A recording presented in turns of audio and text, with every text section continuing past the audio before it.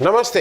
Third आई में आपका स्वागत है। इस समय बीजेपी की जो नाव है या जो जहाज है, नाव कहना तो भाई इसमें बुरा मान जाएंगे और डिफेमेशन सूट भी हो सकता है।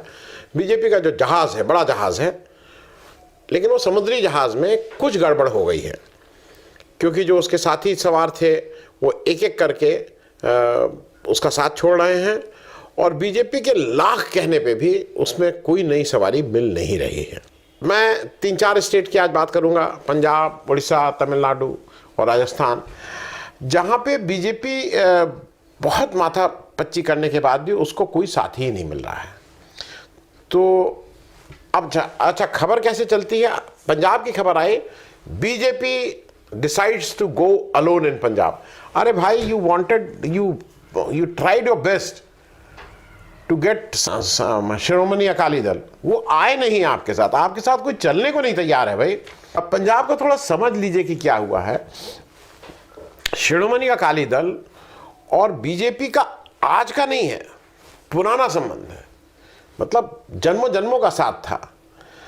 1998 से जब से एनडीए बना, मतलब जब एनडीए आया वजूद में, उस दिन से पहले, जब एनडीए के पहले चुनाव 1998 के चुनाव से बीजेपी और शिरोमणि अकाली दल का गठबंधन पंजाब में लगातार काम कर रहा था। मोटे तौर पे जैसे पंजाब की जो बात थी, मैं 1998 की बात करूं तो 8 सीट पे अकाली दल, 3 पे बीजेपी, 1 पे जनता दल, 1 पे इंडिपेंडेंट। बीजेपी जनरली 3 सीट पे लड़ता रहा है वहाँ, और 1998 में इनका एक्सीलेंट परफॉर्मेंस भी था। 8 में 8 शिरोमणि अकाली दल, बीजेपी 3 में 3। और बीजेपी जब भी एनडीए के पार्टनर होकर वहाँ लड़ रही थी तो बीजेपी का परफॉर्मेंस हरदम अच्छा रहा है। 99 में 3 में 1 सीट जीती, 4 में 3 में 3 जीती, मतलब दे कंसिस्टेंट थे। अभी 2019 के इलेक्शन में भी 10 सीट पे अकाली दल लड़े थे और 3 सीट पे बीजेपी थी। अकाली दल 10 में 2 में जीते, बीजेपी 3 में 2 में जीती। ये बात मैं इसलिए कह रहा हूं कि पंजाब एक ऐसी स्टेट थी जहां बीजेपी को अकेले नहीं लड़ सकती है। बीजेपी अकेले लड़ेगी तो उसका कोई वजूद नहीं है। इधर पंजाब की राजनीति में एक चेंज और ये हो गया कि वहां पे पहले जैसे कांग्रेस वर्सेस अकाली दल हुआ करता था मुख्य रूप से, अब अकाली दल की ताकत घटी। कांग्रेस जो रूल कर रहा था विधानसभा, उसको बाहर किया, और उसको बाहर छोटा मोटा नहीं किया, उसको बाहर बिल्कुल ठीक से एक डिसाइसिव मैंडेट लेके आम आदमी पार्टी ने उसको विधानसभा से बाहर किया, कांग्रेस को। तो अब वहाँ जो 1 नंबर की पार्टी अगर विधानसभा में देखें तो वो आम आदमी पार्टी है, 2 नंबर की पार्टी कांग्रेस है, 3 नंबर पे शिरोमणि अकाली दल, 4 नंबर पे बीजेपी। और अगर आप लोकसभा देखें तो 1 नंबर की पार्टी वहां पिछले 2019 के इलेक्शन के हिसाब से कांग्रेस है। विधानसभा के बारे में भी एक चीज मैं ये बता दूं, ये अब मतलब काफी दिन हो गए, क्योंकि जो अभी विधानसभा का इलेक्शन हुआ उसमें आम आदमी पार्टी मतलब ने सरकार बनाई और मुख्य विपक्षी दल कांग्रेस, और उसके पहले जो इलेक्शन हुआ था उसमें कांग्रेस ने सरकार बनाई थी और मुख्य विपक्षी दल आम आदमी पार्टी था। ये ध्यान रखिएगा कि पंजाब की राजनीति में इस समय जो 1-2 नंबर की लड़ाई है वो कांग्रेस और आम आदमी पार्टी के बीच की है। 3 नंबर पे अनडाउटेडली शिरोमणि अकाली दल है और बीजेपी 4थे नंबर पे आ रही है। अच्छा, अब ये बताइए, 4थे नंबर के आने वाली पार्टी जो केंद्र में जिसकी सत्ता हो, 50 तरह के प्रलोभन देने की स्थिति में हो, किसी को भारत रत्न, अगर चरण सिंह जी को भारत रत्न दिया सकता था तो बहुत से ऐसे लोग हैं जिनको भारत रत्न भी पंजाब में दे के शिरोमणि अकाली दल को अपने साथ ला सकते थे, लेकिन नहीं ला पाए। अब आप पूछिए कि कारण क्या है? बहुत स्पष्ट 3 कारण हैं। पहली चीज यह है कि शिरोमणि अकाली दल अपने को कह रहा है एंटी किसान पार्टी के साथ अपने को अलाइन नहीं कर सकता है। वहाँ पे बीजेपी की छवि यह है कि जब किसान आंदोलन हुआ था, 700 से ज़्यादा किसान मरे थे, उस समय हमारे प्रधानमंत्री जी ने कहा था कोई मेरे लिए थोड़ी मरे हैं। तो उनकी बीजेपी की एंटी किसान छवि है। अब वो एंटी किसान छवि पंजाब के बाहर नहीं ट्रेवल करे वो अलग बात है, लेकिन पंजाब में उनके एंटी किसान है, किसानों के प्रति कोई हमदर्दी नहीं है। और जिस तरह से अभी रिसेंट के किसान आंदोलन में रोका गया किसानों को, वो भी उनको याद रहेगा, जिस तरह से आंसू गैस चलाई गई इत्यादि इत्यादि। दूसरा एक जो मुझे बड़ा कारण जो मेरी समझ में है, वो एक बीजेपी की एक आदत है हर एक को नेम शेमिंग की, कि अगर मैं नीली शर्ट पहना हूं और बीजेपी वो नीली शर्ट जो पहनते हैं वो ये होते हैं, राष्ट्रद्रोही होते हैं, वो खराब आदमी। तो बीजेपी उसी रॉ में बीजेपी सरदारों को जो एक खालिस्तान का टैग लगाने में उसको बहुत जल्दी होती है। एक सर्टिफिकेट बीजेपी क्या है, सर्टिफिकेट बहुत जल्दी से दिया जाता है, खालिस्तानी खालिस्तानी, मुसलमानों को पाकिस्तानी पाकिस्तानी। तो वो शायद it is working against BJP, क्योंकि सिख को में एक कहीं ना कहीं अंडरकरंट है कि बीजेपी बार बार मुझे सर्टिफिकेट देती है खालिस्तानी का। तो वो एक गुस्सा भी है, और उसकी वजह से शिरोमणि अकाली दल जो पूरी तरह से खालसा पंथ के पॉलिसी पे चलती है, उनके जो मुख्य ध्येय हैं उससे अपने को अलग नहीं करती है, माइनॉरिटीज़ की बात करती है। शिरोमणि अकाली दल में जिस तरह का मुसलमानों के प्रति जो बीजेपी बोलती उस तरह की बात नहीं है। उसने अपने को दूर रखा कि भैया तुम हमें से दूर रहो, क्योंकि तुम्हारे चक्कर में तुम हमें भी ले डूबोगे। और एक और कारण यह है कि बीजेपी के पास अपना कुछ नहीं है वहाँ। वो अभी रिंकू जी ज्वाइन कर लिए हैं तो आम आदमी पार्टी के हैं, सुनील झाकड़ जी जो हैं बलराम झाकड़ साहब के लड़के, वो तो कांग्रेस पुराने कांग्रेसी को उन्होंने तोड़ के ले आए हैं। तो वहाँ पे भी वो बीजेपी मोदी की बीजेपी नहीं है, वो कांग्रेस की बीजेपी है।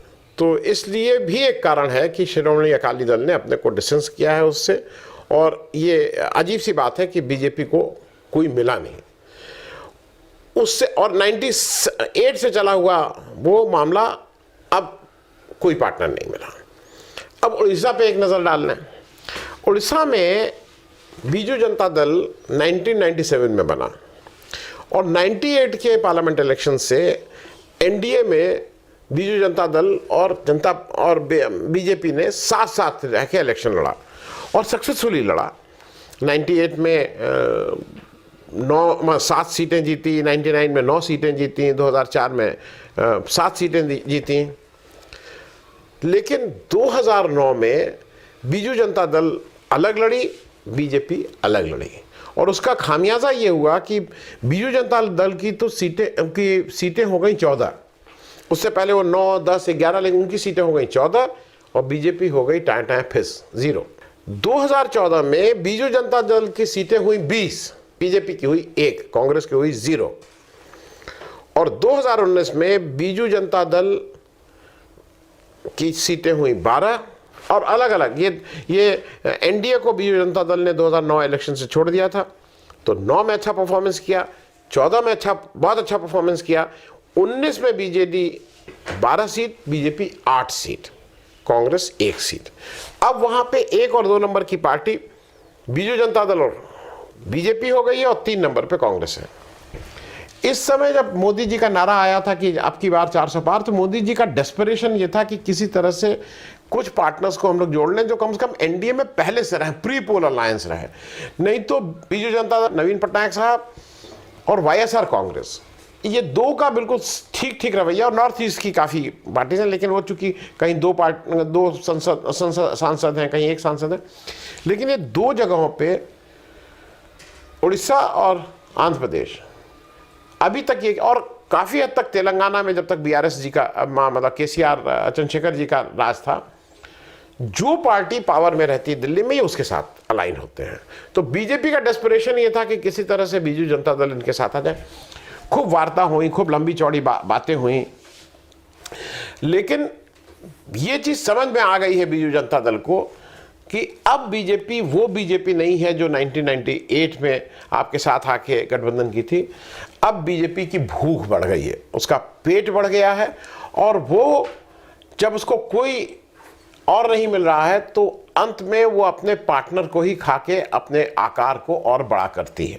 इसके तमाम उदाहरण बीजेडी के सामने थे और शायद ये एक बड़ा कारण था कि उनके जो नए सर्वा हैं पेंडियन साहब के लाख चाहने के बाद भी पार्टी के प्रेशर के चलते बीजू जनता दल और बीजेपी का वहाँ गठबंधन नहीं हो पाया है और वहाँ पे बीजू जनता दल ने भी मना कर दिया कि वो इनके साथ नहीं लड़ेंगे। अब आती है तमिलनाडु की बात। तमिलनाडु एक इंटरेस्टिंग बात इसलिए है कि यहाँ पे दो प्रमुख पार्टी रही हैं, डीएमके और एआईएडीएमके, और दोनों की ताकत रही है। एक समय तो ऐसा था कि एक बार एआईएडीएमके, एक बार डीएमके, एक बार, लेकिन अगर लोकसभा इलेक्शन की बात करें तो ज़्यादा दबदबा वहाँ डीएमके का ही रहता था। और वहाँ पे पहले यूपीए या एनडीए होता था। यूपीए में एआईएडीएमके भी कांग्रेस की पार्टनर रह चुकी है और डीएमके भी कांग्रेस की पार्टनर रह चुकी है। उसी तरह से एनडीए में डीएमके भी कांग्रेस की पार्टनर रह, माफ कीजिएगा, बीजेपी की पार्टनर रह चुकी है और एआईएडीएमके भी बीजेपी के पार्टनर होकर उसने एनडीए बनाया है। तो दोनों पार्टी का ऐसा नहीं है कि उन लोग बीजेपी के साथ नहीं रहे हैं। 2004 से डीएमके और कांग्रेस का स्ट्रॉन्ग गठबंधन लगातार चल रहा है, मतलब 4, 9, 14, 19 4 इलेक्शन अब तक डीएमके के साथ कांग्रेस लड़ चुकी है। 14 में कांग्रेस को 10 सीटें आई थी, डीएमके को 16 में 16 आई थी, फिर 9 में डीएमके को 22 में 18 आई थी, कांग्रेस को 15 में 8 आई थी। 15 सीटें लड़ी थी। जब 15 में 8 बोल रहा हूँ तो 15 सीटें लड़ी थी। 2014 में भी ऐसी स्थिति रही और 2019 में 39 सीट में एआईएडीएमके जिस गठबंधन को लीड करता है उसमें 39 में से 38 सीट उस गठबंधन की आई थी। हालांकि अब उसका स्वरूप थोड़ा बदल गया है, वो यूपीए की जगह उसका नाम गठबंधन का दूसरा हो गया है। लेकिन एक चीज़ आपको और बता दें जो कि समझना और जानना ज़रूरी है, डीएमके जैसा परफेक्ट पार्टनर अभी तक मुझे इंडियन जो पॉलिटिकल हिस्ट्री में नहीं मिला है। वो अपनी कंसिस्टेंसी रखता है, वो अपने पार्टनर्स के ऊपर कभी उनके एक्सपेंस पे अपने को एक्सटेंड करने की कोशिश नहीं करता है। और ये मैं बात सिर्फ इसलिए कह रहा हूं कि जब वो एनडीए में भी था या डीएमके लगातार 22 सीट अगर जीत रहा है, 22 से ऊपर, वहाँ 39 सीट्स हैं। इस बार भी वो 22 सीट पर लड़ रहा है, पिछली बार भी 22 सीट पर लड़ा था और बाकी 18 सीट पे वो 17 सीट पे वो अपने पार्टनर्स को देता है। तो वो उसको मैनेज करना बहुत आता है। हालांकि वो वहाँ पे ज़्यादा सीटें भी लड़ सकता है, लेकिन शायद गठबंधन धर्म को सबसे ठीक से डीएमके निभाता है। उसके पास करीब 9 पार्टीज का गठबंधन है जिसको वो लीड कर रहा है। वहाँ पे एआईएडीएमके इनके साथ हुआ करता था, पिछले 3-4 इलेक्शन से साथ है, लेकिन अब उसने भी हाथ जोड़ लिया। वो 2004 से, इनफैक्ट 2004 से लगातार बीजेपी और वो एनडीए के पार्टनर थे। 4 में थे, 9 में थे, 14 में थे, 19 में थे। 14 और 9 में एआईएडीएमके नहीं आया था, बीजेपी अलग से लड़ी थी, लेकिन अब उसने हाथ जोड़ लिया 2019 के बाद कि भैया अब तुम्हारे साथ हमारा नहीं चल सकता है।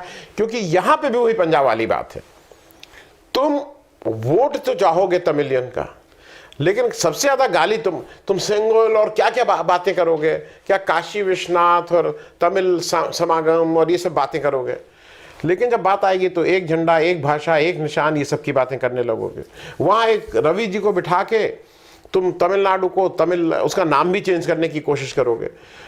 तो कहीं ना कहीं एआईएडीएमके को लग गया है कि अगर मैं बीजेपी के साथ रहता हूँ तो मेरा अपना वजूद खतरे में है। ये ऐसी पार्टी बीजेपी ने अपने को बना लिया है, एक ऐसे रूप में हो गई कि उसके जो पार्टनर्स हैं उनको ही लगता है कि भैया इनके साथ जाने से ये सोच लीजिए 2014 से 2024 में लोग कहते हैं ना मोदी जी का क्या अचीवमेंट। मोदी जी का ये अचीवमेंट कि आपके साथ आपका कोई भी पार्टनर विश्वास करने को नहीं तैयार है, आपके लाख डराने धमकाने के बाद भी वो आपके साथ आने को नहीं तैयार है, वो दूर से आपको प्रणाम करके बाहर निकल जा रहा है। आपको याद है ना मिजोरम में आपके जो चीफ मिनिस्टर हैं वो आपके एनडीए के पार्टनर आप कहते हैं ना, उन्होंने कहा था आइएगा मत, विधानसभा चुनाव थे, हम आपके साथ शेयर नहीं करेंगे। सार्वजनिक रूप से बयान दिया था उन्होंने, कहा कि मोदी जी आप यहाँ मत आइएगा, हम आपके साथ शेयर नहीं करेंगे, आप दूर से ही दूर की दोस्ती अच्छी है। और चलते चलते राजस्थान की बात और कर लूँ, आप एक आदमी था आपका एक पार्टनर, हनुमान बेनीवाल, राष्ट्रीय लोकतांत्रिक पार्टी शायद RLP आपके साथ था, आप उसको भी नहीं रख पाते हैं। असल में आपकी अगर नज़र में कहीं बदनीयती हो तो और स्पेशली जो छोटा पार्टनर है, जो जूनियर पार्टनर होता है, वो हरदम सशंकित रहता है आपकी हरकतों से, और आपकी जो भी हरकत दूसरी स्टेट में भी हो रही है उस पर वो खास नज़र रखता रहता है। तो हनुमान बेनीवाल भी इस बार आपके साथ नहीं है। आप डरा धमका के आपने, जो आपके पुराने पार्टनर नीतीश कुमार थे, किस तरह से आप उनको बिहार में लाए हैं और उसका क्या खामियाजा होगा ये आपको देखने वाली बात है। क्योंकि उस समय क्या हुआ कि अब आप LJP लोक जनशक्ति पार्टी भी पूरी तरह से आपके साथ नहीं है। आपका पुराना अलायंस जो महाराष्ट्र में शिवसेना था उसको भी आपने 2 में तोड़ दिया है। तो आप तोड़ मोड़ के अपने पार्टनर की कॉस्ट पे अपने को फैलाने का काम तो कर सकते हैं, लेकिन अब समय आ गया है कि जैसे धीरे धीरे लोग आप बीजेपी का असली चेहरा समझने लगी हैं ये पार्टीज, और अब जनरली पार्टीज इनके साथ जाने में परहेज कर रही हैं। तो देखिए, इन जो 4 मैंने राज्य बोले, इसमें 39 सीट का तमिलनाडु, 21 सीट का उड़ीसा, 13 सीट का पंजाब और 25 सीट का राजस्थान, 98 कुल होते हैं। और बीजेपी की अभी जो इलेक्शन हुआ उसमें 38 सीट्स थी, अगर मैं गलत नहीं हूँ, 35 थी। 24 राजस्थान, 2 पंजाब और 8 उड़ीसा, 35 सीट थी। अब इस बार वो 35 से गिर के 20 होंगी, 35 से गिर के 34 होंगी, ये तो आने वाला समय बताएगा, लेकिन 35 से कम होंगी ये तय है। थैंक यू सो मच, धन्यवाद।